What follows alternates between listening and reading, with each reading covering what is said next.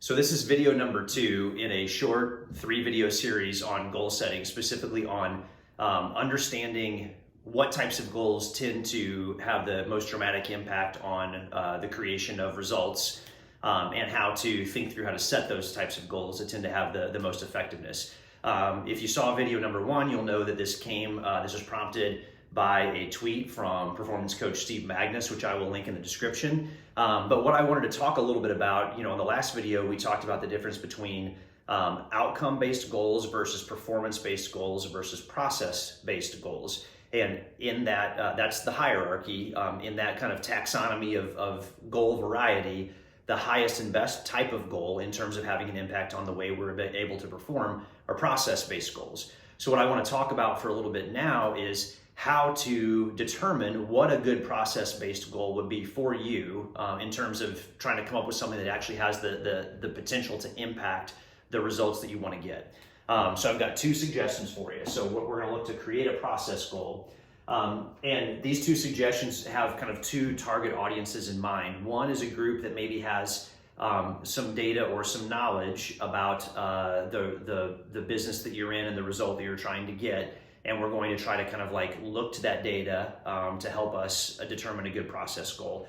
The second one is if either you don't have that data available to you, or maybe you're new to the role that you're in, or you just don't feel like the data itself is a reliable way to do this, or maybe you're just not like a data-driven thinker, which is okay, not everybody is. So we're going to talk about how to come up with a good process goal if you're in that kind of a situation.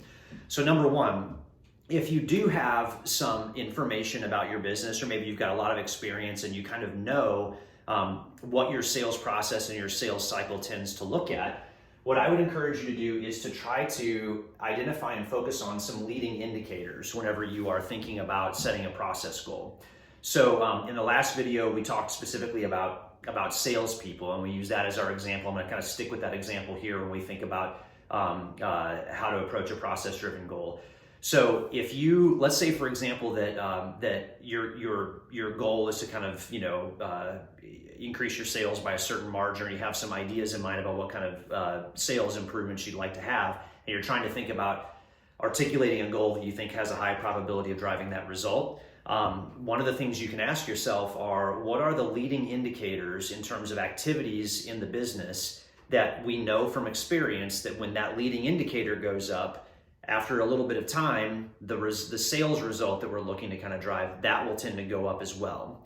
And a lot of times, what these leading indicators are activity-based things that ultimately lead to sales. So like, for example, maybe it's face-to-face appointments, maybe it's outbound phone calls, maybe it's a certain amount of marketing activity, emails that have been sent.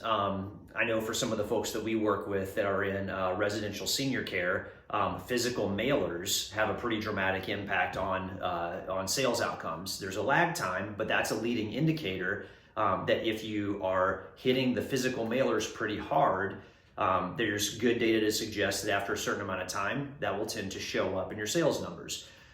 So think about leading indicators in your sales cycle. And if you're not sure what the leading indicators are, maybe get into your CRM or whatever kind of like, sales or revenue tracking software you use for the business, and try to see if you can identify some things that are data points that happen early on in the sales cycle, so that you can find out like, when this thing goes up, a few weeks or a few months later, or maybe if it's a longer sales cycle business, a year or 2 later, we see revenue go up. And there's kind of a consistent correlation of those 2 things. So if that's the case, if you can identify that leading indicator, that is something that you can build a process goal around. So let's say, for example, that you're able to see that, when I go back to last year, I can see that in the months where I had a higher number of appointments, of face-to-face appointments, then the month that followed was almost always a month when I saw my revenue increase.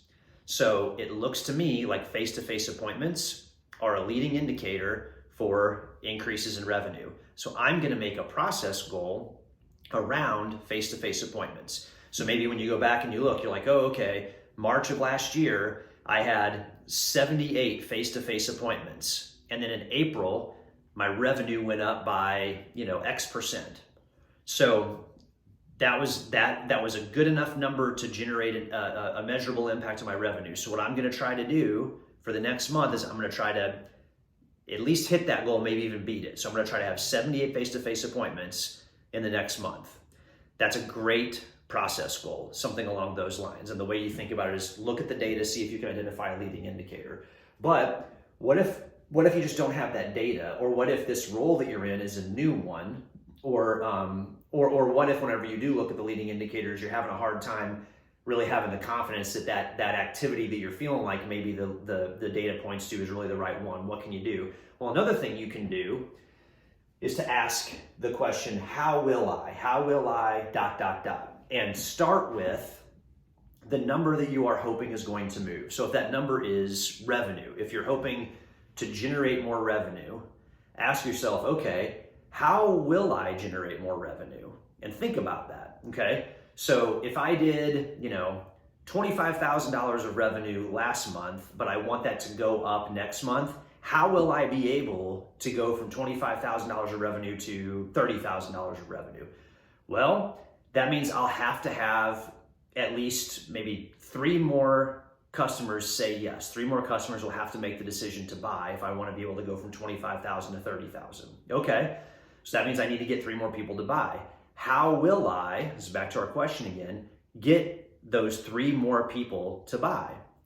Do I have customers that I'm already doing business with who are in a position to buy and I'm just going to need to ask them? Do I know that I can't rely on my existing customer base for those 3 additional orders? And will I need to go find new customers?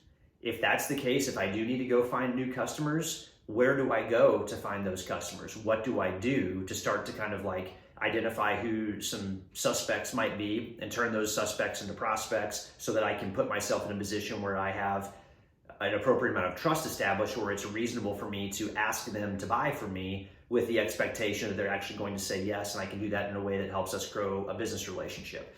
So ask yourself that how will I question, and each time you come up with an answer, ask it again. Okay, so I need to get 3 more people to buy next month. Okay, well, how will I get 3 more people to buy? I don't really think I'll be able to find 3 existing customers to buy because all my customers buy at regular times in the year. I kind of know when those are going to be. It wouldn't be appropriate to put pressure on somebody to try to accelerate the buying decision. I'm probably going to need to find new customers. Okay, well, how am I going to find new customers? Well, I'm going to have to meet some people. All right, how will I meet the people?